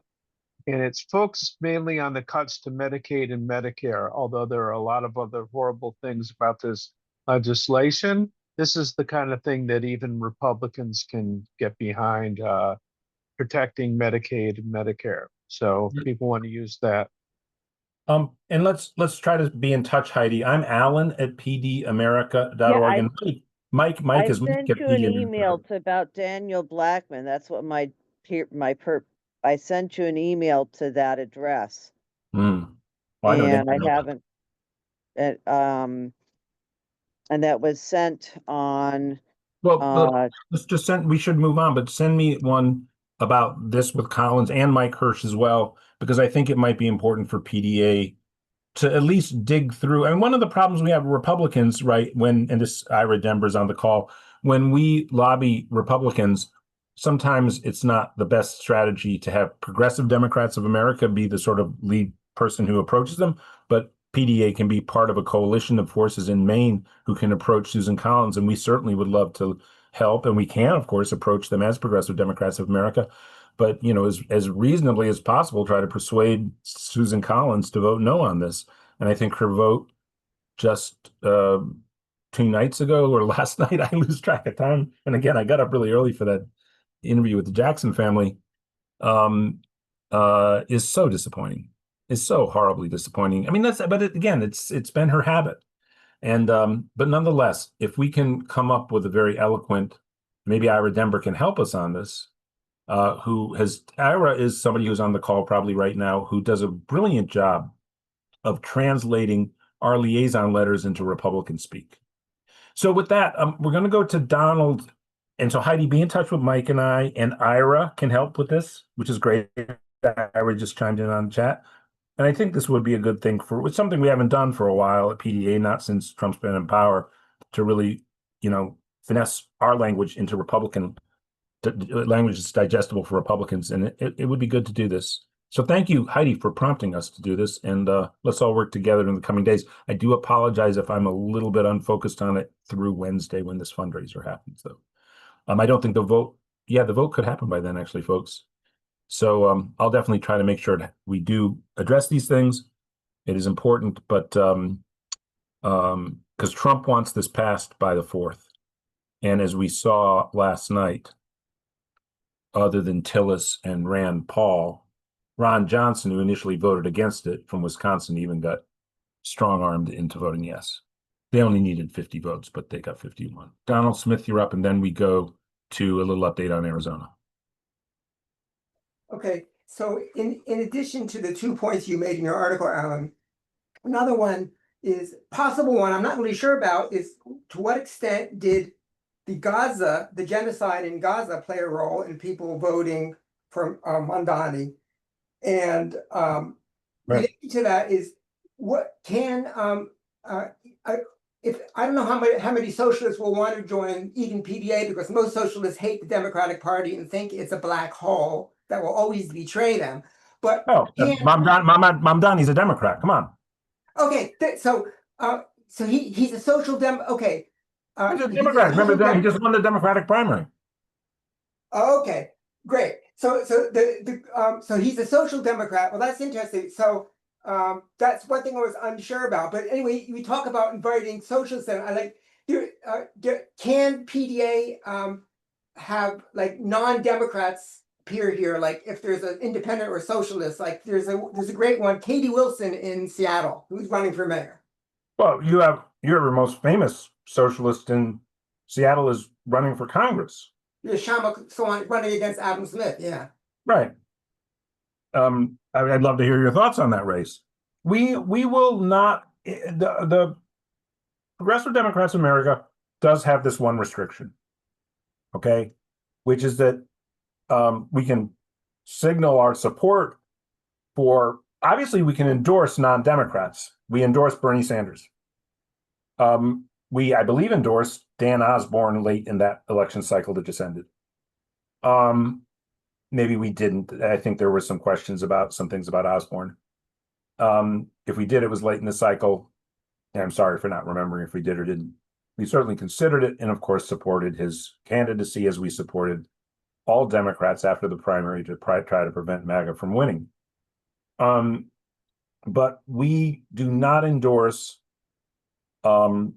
third-party candidates running against Democrats unless they have agreed to caucus with Democrats, and usually that's in a context where there's no Democratic candidate. It's a little bit of a gray area if they've agreed to caucus with Democrats and there is a non-competitive but actually present Democrat. Probably we would steer clear of that because our relationship, we're allowed to use the Democratic Party name in our name, which is very important for us because we do accept that for whatever reason. And just to be reminded, folks, I think there have been over 17,000 elections since 1946 for the U.S. House of Representatives, and 0 third parties have won. So given that, we are in a two-party political system. And PDA was founded in the wake of the Nader campaign. And this is not to bash Ralph. I work with Ralph Nader on a weekly basis. Because back in my previous job, I co-started the Ralph Nader Radio Hour with Ralph. I love Ralph Nader. Ralph Nader ran in 2000 when the immediate previous experience was Ross Perot. Ralph Nader's race, as somebody who in the same year he ran, he was named one of the 100 most influential Americans by Life magazine of the 20th century. I think that's probably accurate. And yet he lost. And he did well in the summer, and then his numbers declined the closer he got to election day. And I think the Nader candidacy proved that unless you're a gajillionaire like Ross Perot was, it's impossible to be competitive in the two-party system that we have. And we have a two-party system. So the PDA was founded on the logic of we need a progressive left inside the Democratic Party. And obviously we've prospered as an organization for over 2 decades now and had a huge, massive influence on American political history by drafting Bernie Sanders, an independent socialist from Vermont, to run as a Democrat. Okay? So thank you, Heidi, for that. Yes, Nader's great. Nader's amazing.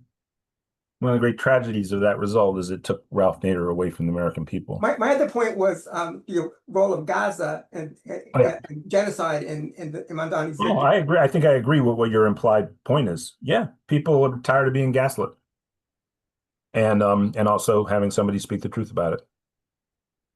Thanks. Thank you. Yeah, absolutely. Hey, so on to Arizona, and I'm going to call on either Dan O'Neill or Paul Stapleton Smith. Dan, and this was in our. Go ahead, Dan. Tell us how it looks for Adelita, and maybe Mike Fox can chime in again on what we can do to win this race. And just to frame it for everybody, Adelita is our endorsed candidate. And by the way, the young, supposedly progressive or somewhat progressive influencer, Deja Fox, it's my understanding, has not gained much traction and is going to finish a distant third. Unfortunately, the second place candidate is backed by loads of money that is now starting to flood the Tucson airwaves, paid for by AIPAC. And his name is Daniel Hernandez, and he and his two sisters, one of whom's in the Arizona State Assembly, are unapologetic, hardcore pro-Netanyahu people. And actually, Alan, both his sisters are in the state legislature. Oh, okay. And both of them are bad. Right, as Daniel is as well. Yes. Right. And they're trying to take out Adelita. And I do think it's a little sad because it's an important race. And it's an important race for Democrats to know. How few Democrats across the country know about this? And how few Democratic organizations are involved in this? And we are. And everybody on this call who knows anybody in Indivisible, make sure all of Indivisible down in Southern Arizona is behind Adelita Grijalva. And Indivisible is very shy about talking about AIPAC. Let's be honest. They're not where we are on this. And in that sense, I think they're a disservice to humanity because all human lives are infinitely valuable. And that's not the policies of AIPAC right now. So Dan, how's it look for the race? Thank you, Alan. Thank you all the people, the 250 people that are still on the call. This was amazing. I just want to make this brief, and I'm going to pull in Paul Stapleton Smith and any other Arizona people that are on the call that might want to help out. But we are all hands on deck here in Arizona. We're hopping crazy. The campaign is in full mode. We have 16 days before the primary on the 15th. So as Mike Fox said, phone bank. Did you hear me say phone bank? We need everyone on this call, all 250 people, to get on a phone bank starting tomorrow or starting after this call if you want to. But phone banks are there. Paul will probably drop a link in the chat, or Mike could. But yes, we need to get on phone banks. And Mike did. Mike did. Mike's on board there. Thank you, Mike. But yes, just a couple of anecdotes. The campaign had a major canvassing. Over 200 people showed up to go out all over Tucson the other day. That was amazing. We have canvassing both in Tucson and Yuma and in Bisbee and in other areas. The district has stretches, I think it's 6 different counties. So it's huge, but we're doing the best we can. But again, we need all PDA members, hands on deck, get on the phones, okay? If you live in Arizona, obviously, if you live in Tucson, we need you down at the office to knock on doors if you can. So that's my quick little report. Paul, do you want to jump in and add anything? There he is. Just ever so briefly, and so grateful for everybody on this call. I was looking for the latest polling.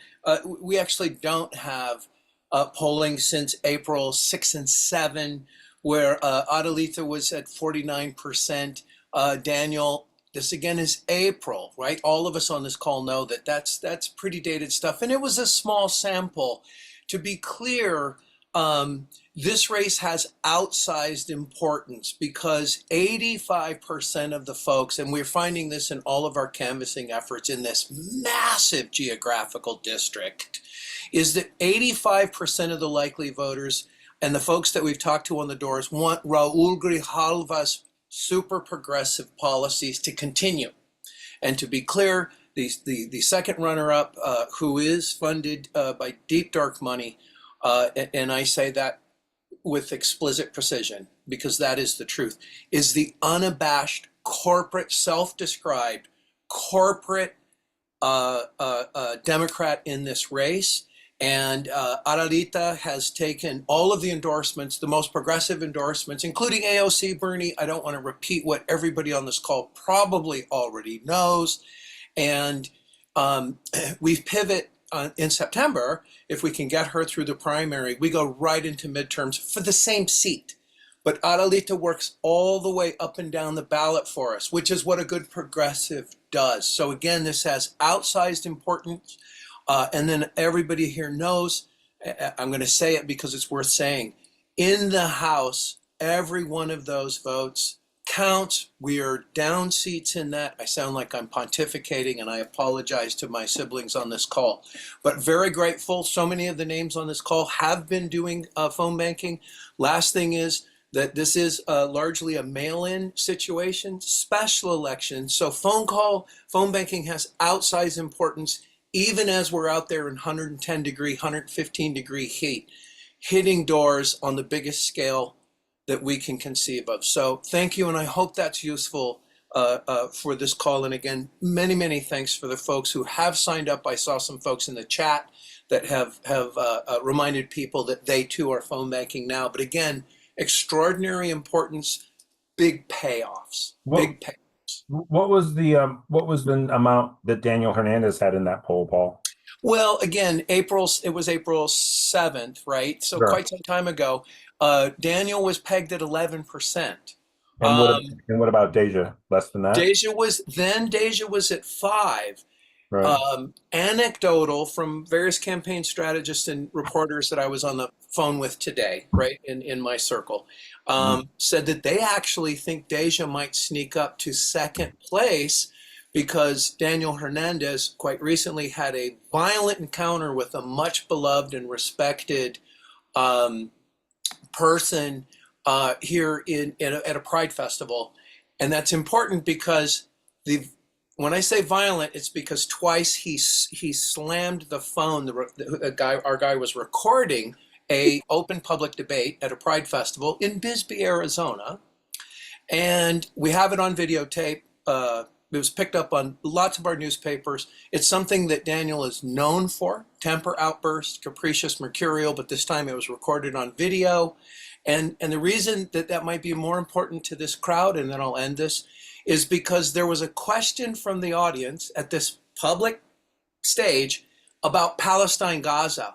And it was in fury that he went over and slammed this phone to the ground out of the hands of the guy reporting, as his sisters were yelling at this person, how dare they ask such a question at that time.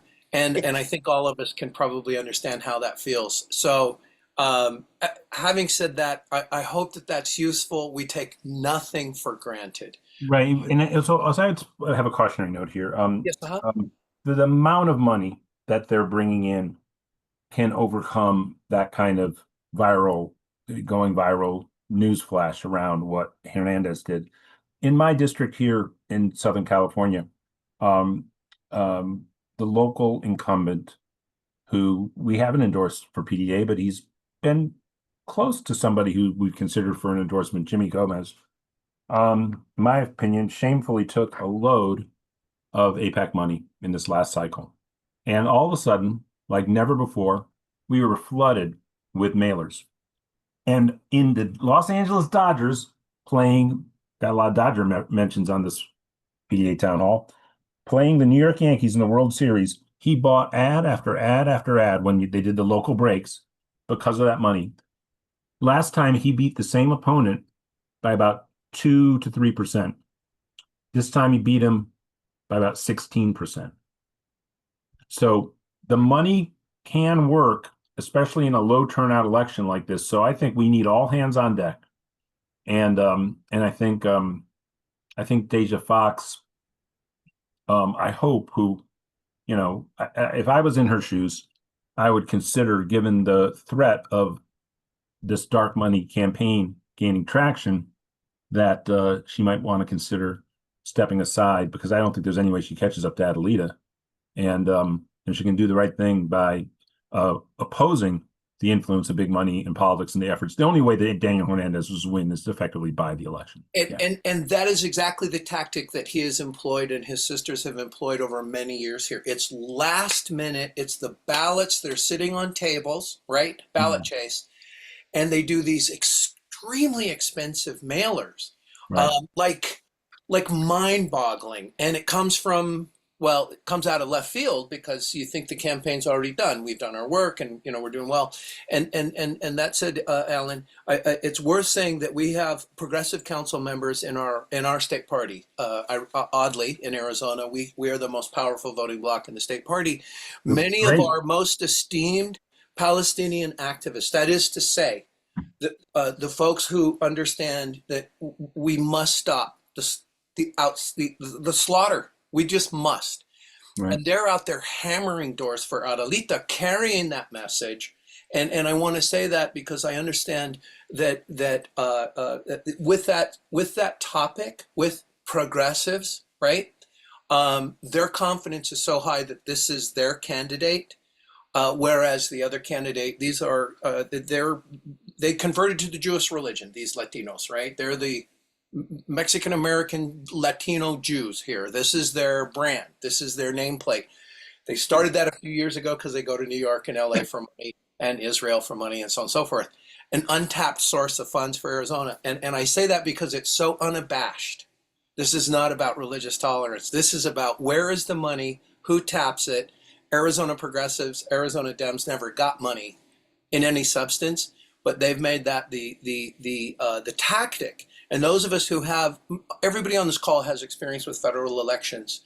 And when you can buy elections instead of winning elections, right, on the doors, on the phones, we all know what that means. It's poisonous. And so having said that, I don't mean to preach. It probably sounded like that. But that was a great analysis of Alan, from your part. And again, I'm so thankful. I was on the phone with the campaign several times today. They've gotten tremendous labor union endorsements and support, who are out there hitting doors. It is miserably hot here. But the commitment from folks, if we can get a little bit more wind in the sails, we can make this a meaningful win, and then again takes us into the midterms. And with that, please forgive me for taking so long to explain those things. And of course, Raul Grijalva was as close to PDA throughout our history as any elected member of the U.S. Congress. And he was with us from the beginning, and he truly was a great progressive. And as such, people again need to recognize if progressive movements and left progressive movements in the United States of America remain disproportionately populated by Jewish Americans. Rahul Grijalva was working side by side with Jewish Americans his entire career, including myself, and not an anti-Semitic thought or word ever came from him, nor his daughter. And the Hernandez family is singularly notorious in this regard. When I was scheduled to speak with Rashida Tlaib in Arizona State, and this was about January of 2024, it was canceled by Arizona State University. And simultaneously, I was astonished that some Democratic member of the state legislature had brought forward a censure resolution against Rashida Tlaib, and it was one of the Hernandez sisters. And to your point, they shut down last cycle our entire legislature for a week at critical budget time to arrange a junket for Republicans to go to Israel. Wow. Our minds were blown. All of our teams that were up there working at the ledge, all of us were idled. for a week just prior to a critical budget vote, and we're like, "Are you serious? You're a Democrat. Right. You did this?" And they're like, "Yeah, we did that." You know. Wow. Anyway, Yeah, it's crazy. And again, for anybody who's on the call or anybody listening, again, this I hope everybody recognizes all of this is said with complete love for the Jewish people, and as the Grahal was always practiced. And by the way, in my experience, Rashida Tlaib was always expressed when I've been in her company really beautifully. And that this is part of Arizona state politics shocked me. I couldn't believe it, Paul. I mean, it's sort of, I know, it just, what the hell does that have to do with Arizona state politics, that somebody would do that from the state legislature? And so this is what Adelita is up against, and we know the influence of United Democracy Project, which is AIPAC's money in recent Democratic primary cycles, along with crypto money, sometimes coordinated to take out progressives. And indeed, that's the case. We'll get financial reports, unfortunately, in arrears, right? That it'll go after. But I just want to suggest, for the benefit of the folks on this call, PDA members, all of y'all, PDA was named by the Hernandez campaign as a dark money group, seeking to buy this election. And on our campaign to victory calls, which I encourage everybody here, if you can, please join the calls. They're really high energy, very exciting. We got great guests, including the candidate, of course, but we've had great guests. But yeah, that's the big laugh here, is that dark money, and you ready? Here's another dark money group. Unite Here Local 11 and Worker Power. Wow. Because they're out there hitting doors on union release time, right? Taking their own time, right? Hitting doors. So PDA and Worker Power are. Wow, we've been such a dark money. We, as people know, we channel money into campaigns through splits. So it's a direct campaign donation people make to the campaign. It isn't registered as PDA except in the Act Blue, registry, not for the government. They're direct donations to the campaign. And then the money that we take in those splits, we work ourselves.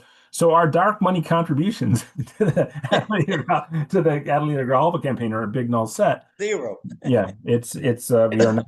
It's a categorical. But the volunteer hours on the doors, on the phones. Mike Fox has recruited people. They're hitting phones, and by God, that's a dark money move. Anyway, we've had a few good laughs about that on the campaign to victory calls Thursdays at 6 p.m. They are actually a hoot. They are a lot of fun to go on to. With that, I'm grateful for your addressing our Arizona issues here, and for all the support that Adelita's campaign has gotten. So grateful.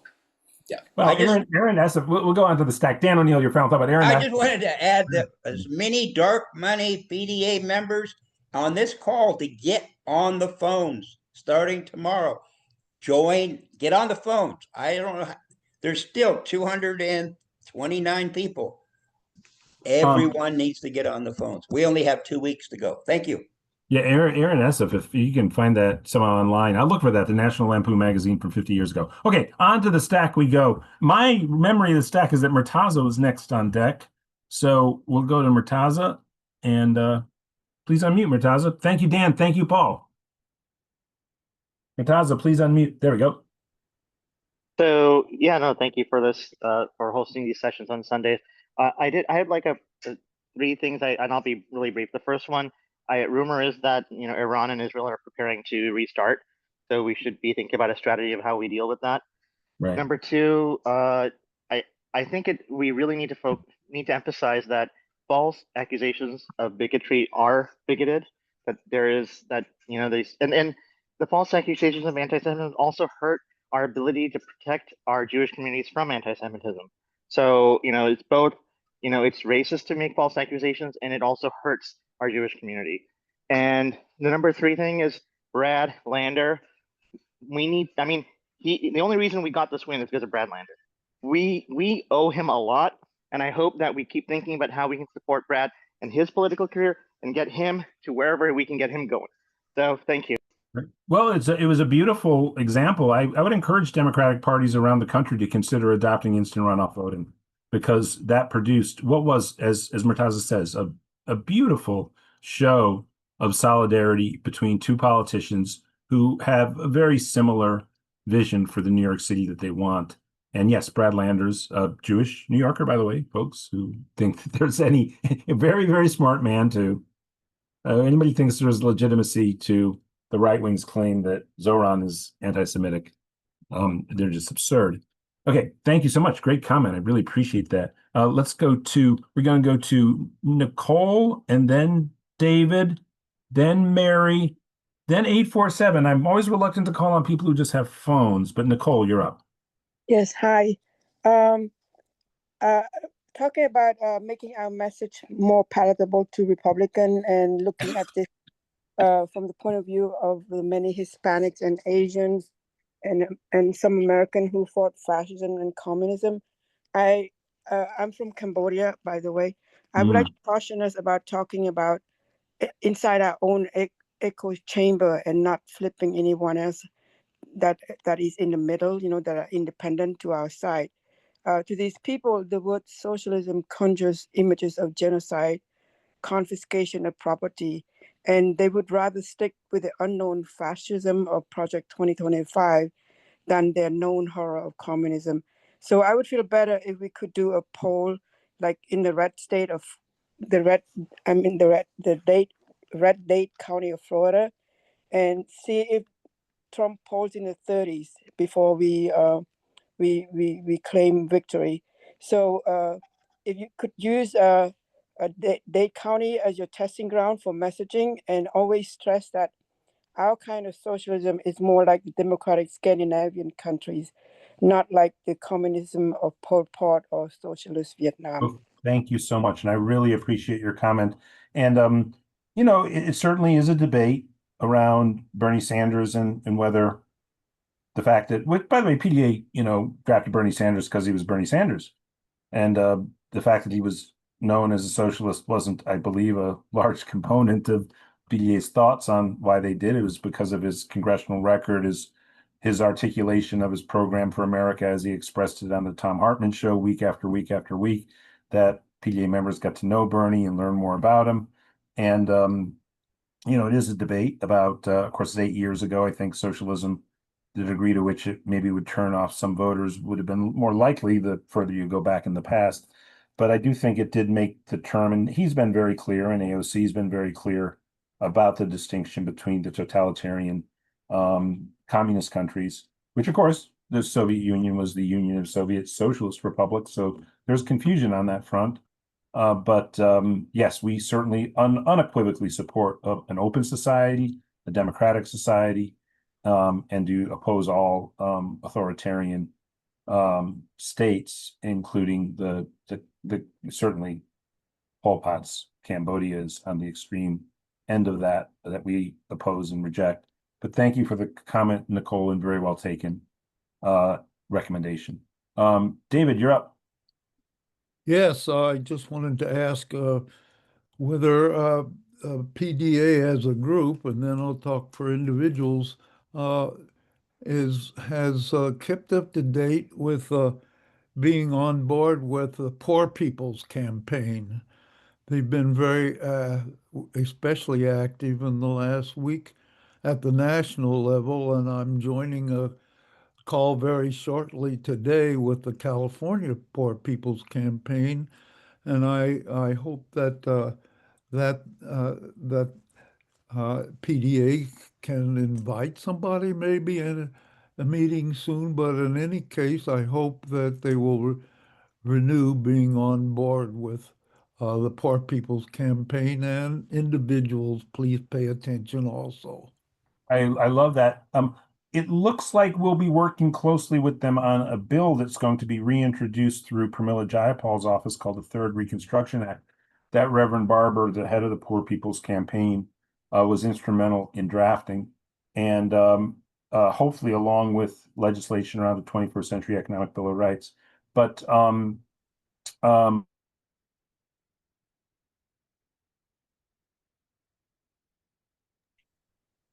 I think you froze.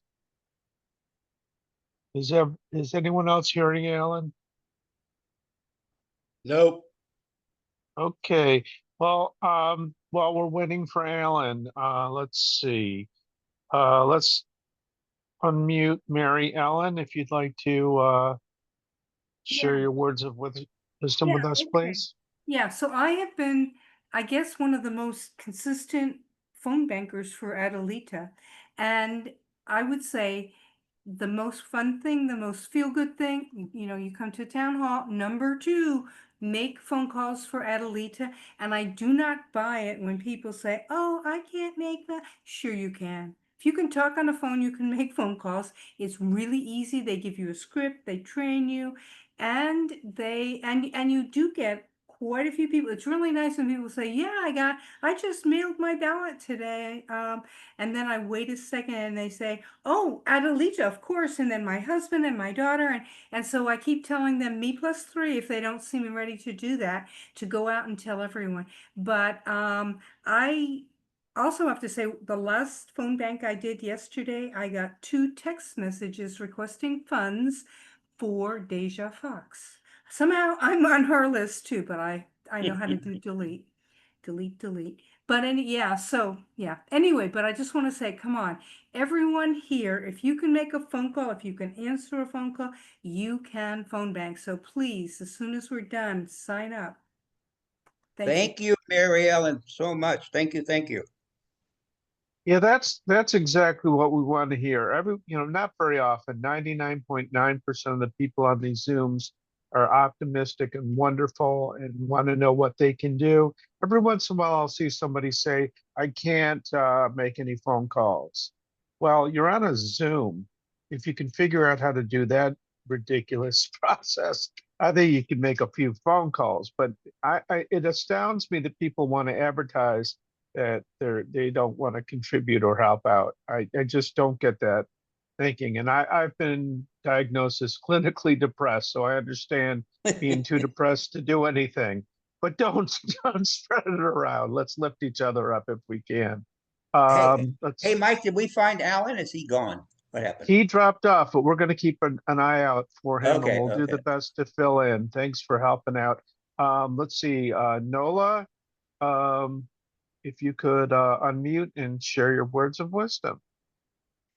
Yes, the Brennan Center for Justice reports that the big beautiful bill would gut federal courts' ability to enforce orders. It still allows contempt, but it makes a requirement that for the plaintiff to have money available in case the case does not go in their favor. Unfortunately, that is a real dampening thing. Secondly, though, as recently as July 2nd, the Senate parliamentarian ruled that this provision should not be included in the budget reconciliation bill. Has there been any update on that? Lastly, since the Supreme Court ruled yesterday that injunctions are might not be nationwide, and the news media specifically targeted um, the 14th Amendment, giving people the right to citizenship if they are born in this country, will this also have an effect on the federal court, especially when charges are and suits are geared toward the Trump administration? Thank you. Yeah, Alan's back. Alan, do you want to jump on that, or I missed most of what Nola said. let me step in as a recovering attorney. Nola, these are wonderfully terrifying questions because the U.S. Supreme Court, the right-wing majority on the court, rubber stamp a lot of the outrageous things that Trump is doing, including all of the things that you mentioned. And in terms of whether the legislation in Congress also does that, it's just one more body blow against the U.S. Constitution and our way of life. So thank you for raising that. I wish I had better news and better answers, but we have to unite to protect the Constitution while we have it, and to push forward to protect our sisters and brothers and others from other nations, whether they're here undocumented, whether they're here for any other various means. Their human rights matter, due process applies to them, and we need to stand shoulder to shoulder with them and protect them. Oh, yes. Thank you so much. And is John Seeley next on stack? Is that correct? Or who's next on stack? Yep. Okay, John, go for it. Please unmute, John. Oh, hi. Well, I was happy to be briefly on a Mamdani phone bank of some 400 people, and phone banks are great. But I would like to say that I think the key to the Mamdani victory was not solely the phone banks, but the huge number of people who were knocking on doors. Some 40,000 allegedly knocked on 1 million doors. And as this applies, very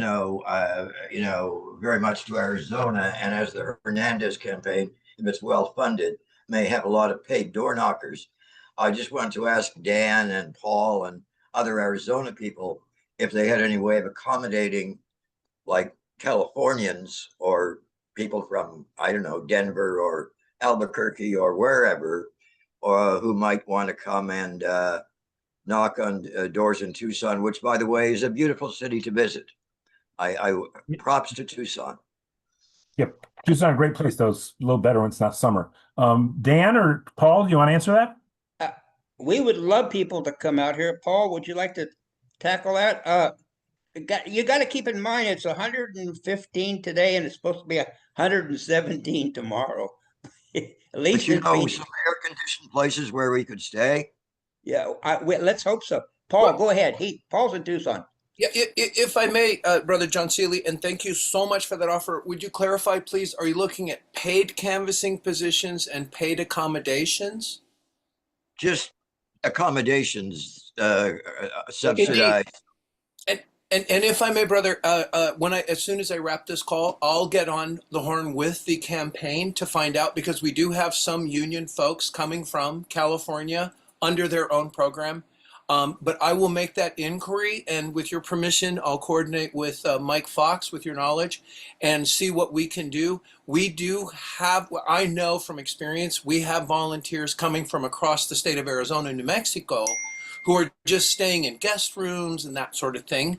But John, I will look to get very definite parameters for that and see how many beds we could have, and then I will inquire to see if there are any additional paid canvassing positions opening up. And I would just say, in order to manage Paul's time well and my time well, I'm much more inclined to put hours in trying to make something like that happen if I've got a list of people who say, I'll do this. First and foremost. So, solidarity with you, Paul. Anybody on this call who would be willing to go to Arizona, email me at mikefox@pdamerica.org, and we will get a list of people first and foremost, gang. I mean, it's wonderful to dream it, but bottom line, if we've got the humans that'll do it, okay, cool. We'll put the work in. Deal? Rocking. Organizing in real time. Okay, well, I do need to sign off around 3:00. We haven't heard from Maggie or Nina, so we're going to go to Nina and then Maggie, and then Donald, Peter, and Melissa.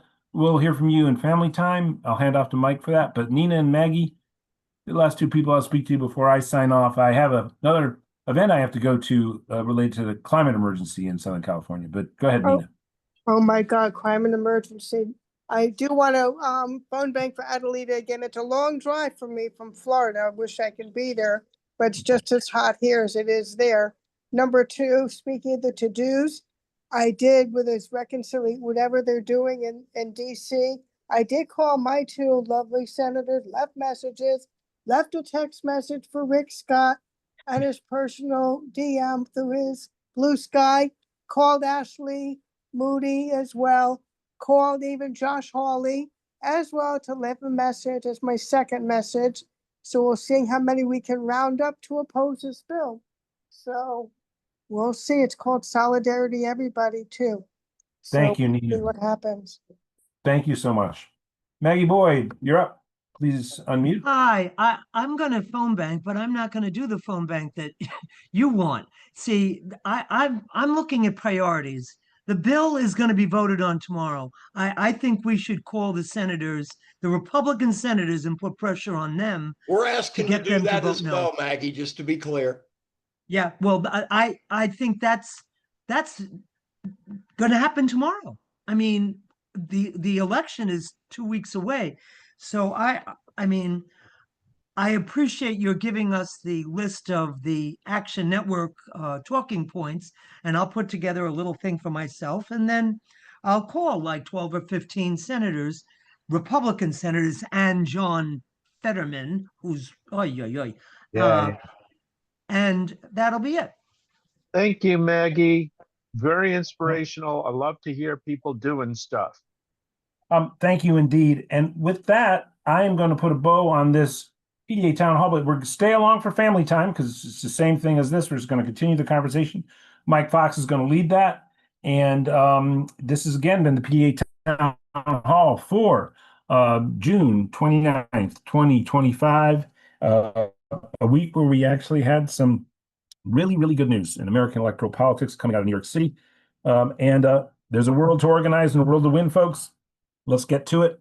And let's continue with our anti-war messaging and opposing Trump's bill and organizing to oppose that and organizing to win elections to win in Arizona 7th with our endorsed candidate, Adelita Garcia.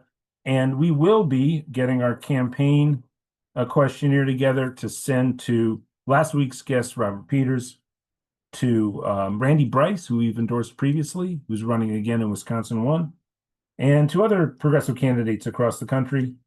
And next week, we should have a great show with a great guest. So see you again next week, everybody. And stay on, everyone, for PDA's Family Time. Mike Fox, take it away.